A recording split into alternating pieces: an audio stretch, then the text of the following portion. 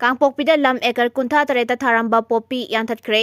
LAOTHOKHRE mafam kyada popi pambi paktakna thabada maming chaleba Kangpokpi district makatana security apun bakangbu singna leptana popi paktakna tharamba mafam kyada manghanba makha chathare district asida hawkhiba tang manga amadi tarukta chatharakhiba anti-narcotic operation ge manung chana mukhai asang laloi wakot fai seljang amadi Kangpokpi police station konba manak nakpa akoibam pham kyada chathakhiba operation da punna lam ekar kuntra humpu tareta lona yade hairabasu madubu thugaiduna yamlaba popi pambi singga thatuna manghankre hairi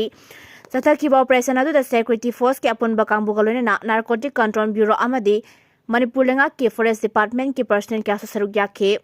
chathakhiba operation adu da niyam lana sajilambani haiba khangpoksan kuntra nipan manghan takhan ke lena har bag nimpu mari herbicide bottle nimpu humdoi tumgi bag kuntaru pipe yawba topa khusu khulai kya su phangmangam ke popi pambi ge mayok ta chathakhiba operation adu kidamakta hani ke minister and birena Manipur ge governor amadi lengak pothakat phungturakle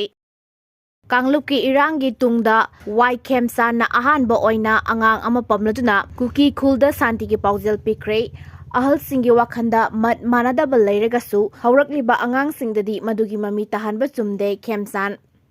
Manipur da Kanglupki irang thokraba sahi aniga tha taret ki tungda AHANBA OINA MLA YAMLABA na angang ama pamladuna leptuna Kuki singda ing tappa puraknaba amasung nungsi chanana leminana bagi paujel pikre tangkul gi lusing bakhara galona singjamai SC gi MLA yumnam KHEMCHAND ngasi ayuk UNAKHIBA district ke Myanmar galona balitan sarai khongda hangba relief camp amada changkuna mafam aluda lairamba Kuki gi khunja singda aikhoi masel khanna chainabada waroshin amata purak pangamloi masina aikhoi gi saukhat thorang pumna makta apanba thogangani haina paujel pike relief camp aluda hawkhiba sahi ani makhairom henna leiraklaba Kuki khunja singi awa ana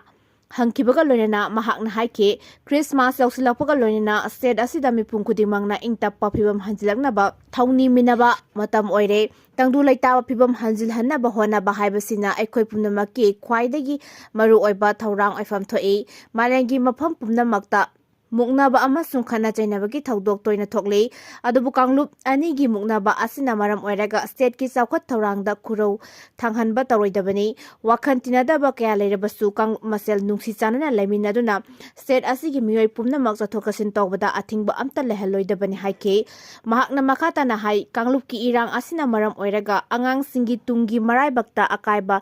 thokat loidabani ahal laman singi wakalda mat manadaba leiragasu haurakliba angang singdadi madugi mami tahanba sumde rural development minister oiringaida yumnam KHEMCHAND na IDP singi yum lising taret chanaba center dagi package ama lauthaba laikhrabani maitei phurup ki IDP singna leinaba relief camp amasu tha taret longi mamangdagi Manipur college ta hanglakkhibani sero amadi sugnugi IDP sing masa masa gi mayumda hanjin hanna bahonnabasu mahakna soba mateng pangkhe KHEMCHAND ga lorena khongsat aduda saruk yakhiba BJP state unit ke vice president Sobsan Simren haike Kanglup amagi miyoina atoppa Kanglup amagi mafamda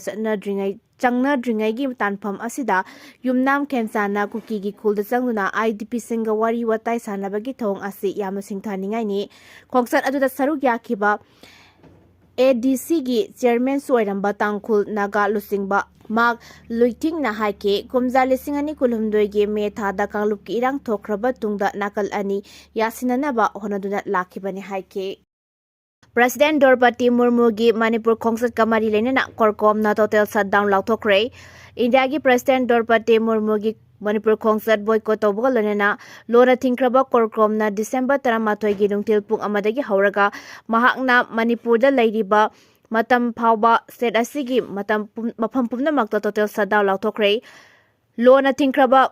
Korkomgi media coordinator M Sakhenna Thadorakpa cherol amana haribana chaliba lisingani kunmanga December 13 da India gi President Draupadi Murmuna Manipur Kanglaipak lakhuna tha asigi 12 da pangthokadaba nupi lan gi thoramda saruk yaga dauri hariba khongsat ase lamdam asida ingtappa chakhotpa purakna banate ma ki thausil amasung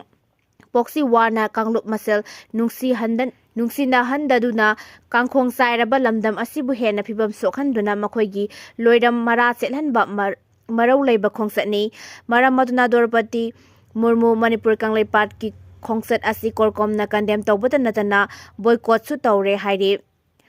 haukiba September 18 da India gi Prime Minister Narendra Modi na Manipur Kangleipak ta laklamba du higaiwa tawbagi mahai kayam phangbagi yengba laklambani India lengak maru oina Gujarat masa Narendra Modi amasung Amit Shah anigi thawin sinna ngasi Manipur Kangleipak asida maral suklei leizadaba misam chahumgi mayada hatopikhre misam lising kaya masagi pongnapam lamdam maktada masagi yumda leiwa phangjahandre lambi lamjau lamhang tumhang yekna pham ohele yumthong khuding changduna chakni finiduna saidangba refugee ama oina punsi lehele hairi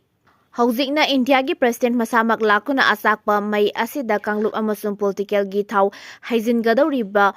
Manipur Kangleipak ki apunba saktam asi India na kaidonungda pamde Manipur Kangleipak ki miyam pun khidana ba lining gi mingda singsep thabata natana asokpa mafamda matam gi thum chaisinduna thamli asumna India na Manipur Kangleipak thugaina bahona ba asida pendraduna India masana atamnana Manipur Kangleipak muthatna ba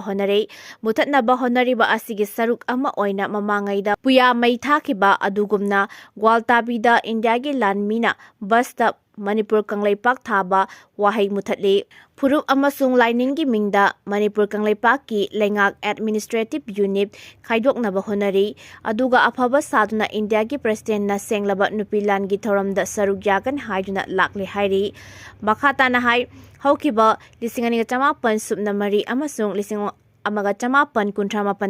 Manipur Kangleipak ki imasingna loimapu British ke mayokta thengnakiba nupilal animang lamdam sigi leimaidigi loilam maru phuktuna iramdam Manipur Kangleipak na ningtamba lengak khunai lingnabani lan animak ningtambagi ikhau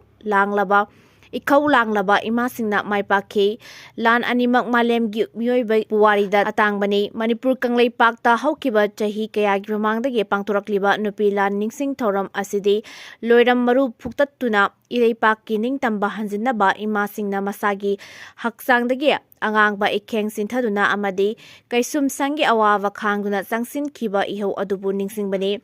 adubu handak India gi President Dorpati Murmuna nupilan gi thoramda saruk yagani hairakpa asi asengbadi India gi President na nupilan mangthokpa lakpani haina korkromna lawi serol asina makhatari maramaduna asigumlaba Manipur Kangleipak pu manghan takhanbada lusingliba India gi President Dorpati Murmu gi khongsat asi aikhoi gi miyamna sogatpham thokte Kandem amasung boycott tawpham thoi iramdam miyam hupna asigumba aikhoi gi oiriba yengnaba oiriba asigi khongsat asi kandem amasung boycott tawminarasi haina korkomna miyamda thamjari hairi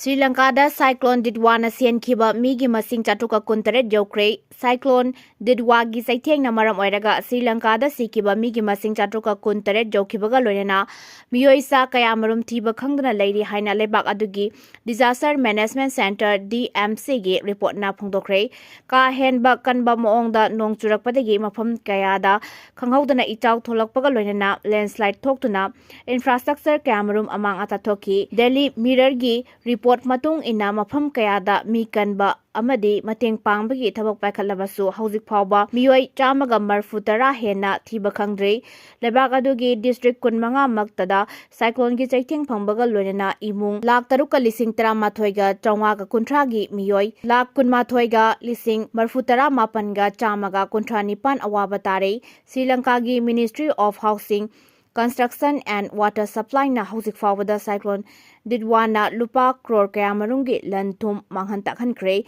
yumlon naba laibak na awaba tarak labada Indiana Operation Sagar bandu chathaduna mi kanba amasung mateng pangbagi thabak paikhali awaba tarabam famda jangsin kiba medical team gi manungda miyoi 33 di Indian Army gini hairi ngamkhai gi matangda genarakpadagi Thailand na Cambodia da dongthokdagi attack chathakre ngangkhoi gi matangda ungkhatnarakpadagi akanba moongda khut thongnakraba matungda Thailand na Cambodia da nongthokdagi attack chathakre US President Donald Trump na maru oiba thodang laguna nakal ani ceasefire tawkhrabasu makhatana khut thongnaba leptre Thailand gi maikaida lanmi ama sikhibaga loinana atopa taruk asok apan nangkraba matungda fighter plane sing sizinaduna Cambodian military gi maru oiba mafam sengda nongthokdagi attack chathakibani Thai Army gi spokesperson person अमना फोंदोखिबदा local की मतमदा ngasi ayuk pung mangarom tabada nakal ani akanba maongda khut thongnaba haurakhe Cambodia na ngamkhaida lanmi kya thajilakpaga loinana afaba makhal gi khulai pusilakpadagi nakal ani nauna khut thongnarakibani haina Thailand gi Air Force na marasiki UKLF की commander in chief फारे gang खुपू लिखतलगा मी फादना ransom talamle Zaliba tha asigi mangada Churachandpur district police na chachakiba akhanaba operation amada Bharat lenga ka suspension of operation taunari ba Kuki Khulai Paibal Loop United Kuki Liberation Front UKLF के commander in chief Khulai ga konana fakhre Pharaba UKLF के commander in chief adugi maming Cyclone baite Elias ngamsa baite chahiyankai apokpa thanglet baite kawi Sandan district के manung chana leiba Suknu tribal area dagini housing na Churachandpur B Phaisam da leibani hairi press na phangwa pau amagi matung inna police na pharaba UKLF ke commander in chief adudi foreign made original MP mari haina khangna ba apaba makhal gi assault rifle ama phangke magazine ga konana 5.56 mm gi kapa yariba maru kulsu yauri hairi pawasina makhata na hai Pharaba UKLF ki commander chief aduna masagi senda lambi gi damakta gang khupu ani amasu linkhalamle hariba gang khupu ani adudi CKLA amadi UPLF haina kawi hari police na makhata na chatharakpada interrogation da mahakna phongdokli mahakna army ki commander in chief oidiba UKLF ki mingda nataba tongan ba gang khupu ama linkhatlaga misam miyam dagi sen khaibada natana mi kidnap tauba amadi ransom tanbagi thabak chathai asigumba gang khupu asi kanano haina misam miyam amadi Churachandpur district police na matam kuina dagi thijinduna lakpa du hairiba gang khupu ani asigi leader di UKLF ki commander in chief ngamcha baite ni haiba khanglakpadagi akhanaba operation ama tawraba matungda mahakpu fabani hairi panba yabadi Bharat lengak ka AHANBA na suspension of operation tawnabada UKLF haiba Kuki gi khulai paiba group asisu UPF ke makhada yaukhibani state asida thokliba irang asiga mari lenena Manipur lengak ki cabinet mifamna laukhiba warak ki matung inna hariba Kuki khulai paiba UKLF amadi ZRA hariba asi terrorist organization ni haina laksokpa laikhre Loinana Bharat lengak Manipur lengak amadi Kuki khulai paiba SINGGA taunariba suspension operation ki agreement ki Manipur lengak withdraw tawre haina laukthokpasu laikhrabani haukiba lisingani kulhumdoi gi me ohumdagi tholakhiba irang aduda lengak ka su taunariba Kuki organization singphong na jenare haiba khangbadagi Manipur lengak na su agreement tagi withdraw tawkhrabasu Bharat lengak amadi Kuki khulai paiba kangbu SINGGA amukhana su agreement sign tawnabada UKLF haiba organization asisu UPF ki umbrella makhada yaukhibani UPF ki umbrella makhada su sign tawnabada yauriba organization sing adudi Kuki National Front Original Core Group Zomi Revolutionary Army Zomi Revolutionary Organization Kuki Revolutionary Army United Zomi Defense Force United Kuki Revolutionary Front Kuki Revolutionary Front Zomi Defense Force hariba sing asini